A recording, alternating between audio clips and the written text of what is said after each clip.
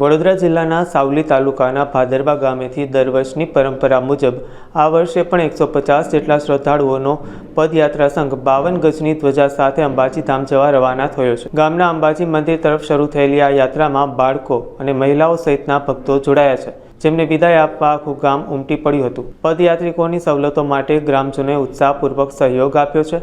આ સંઘ 31 ડિસેમ્બરના રોજ અંબાજી પહોંચશે, જ્યાં ગામના અન્ય આશરે 2000 જેટલા ભક્તો પણ ખાનગી વાહન દ્વારા ત્યાં એકઠા થશે। 1 જાન્યુઆરીના રોજ નવા વર્ષના સ્વાગત સાથે ભાદરવા ગામની આ ભવ્ય ધ્વજા માં અંબાના મંદિરના શિખરે લહેરાશે, જે ક્ષણને માણવા સમગ્ર અંબાજી ધામ બોલ મારી અંબે જય જય અંબેના નાદથી ગુંજી ઉઠશે। જય માતાજી। યા દેવી સર્વભૂતેષુ શક્તિ રૂપેણ સંસ્થિતા નમસ્તસ્ય નમસ્તસ્ય નમસ્તસ્ય નમો નમઃ।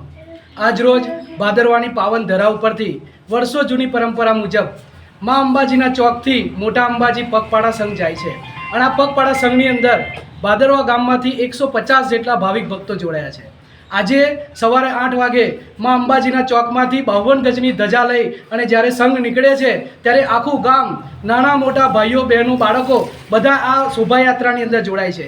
અને જ્યારે મહાકાળી માતાના મંદિર સુધી આ શોભાયાત્રા પહોંચે છે અને આખું ગામ અમને વડાવવા માટે આવે છે।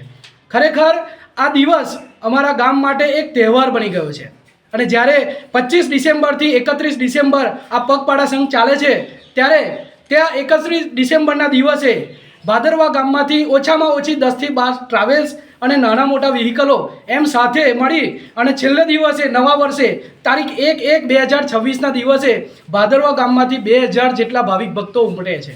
અને તે દિવસે અંબાજીના ધામની અંદર તમે જ્યાં જુઓ ત્યાં તમને એવું લાગે કે ભાદરવા અહીં આગળ આવી ગયું છે, અને તે દિવસે ઉત્સાહથી ત્યાં આગળ ધ્વજારોહણ થાય છે, ત્યાં મોટી સંખ્યામાં શોભાયાત્રા નીકળે છે, અને આ અંબાજીના આ પાવન તહેવારની અંદર આ પગપાળા સંઘની અંદર દરેક ભક્તો દરેક દાતાશ્રીઓ આની અંદર મન મૂકી અને તન મન ધનથી સેવા આપે છે।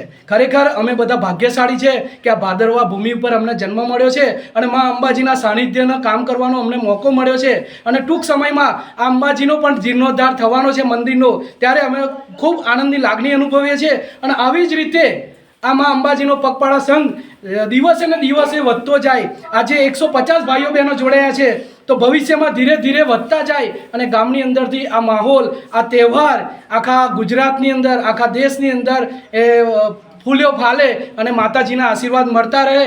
એવી જ રીતે અમે અંબાજી યુવક મંડળના યુવાનો, અમારા પ્રમુખ નરેન્દ્રસિંહ વાઘેલા, અમારા ઉપપ્રમુખ રાજેન્દ્રસિંહ રના અને અમારા સતીશભાઈ, આ બધા અમારી સાથે છે, અને સાથે મળી અને તન મન ધનથી આ સેવા કરતા રહીએ છીએ। અને પગપાળા સંઘની અંદર જોડાયેલા દરેક ભક્તો એમને કોઈ કષ્ટ ના પડે, એમની કોઈ પ્રોબ્લેમ ના થાય, એનું ખરેખર અંબાજી યુવક મંડળ ધ્યાન રાખે છે।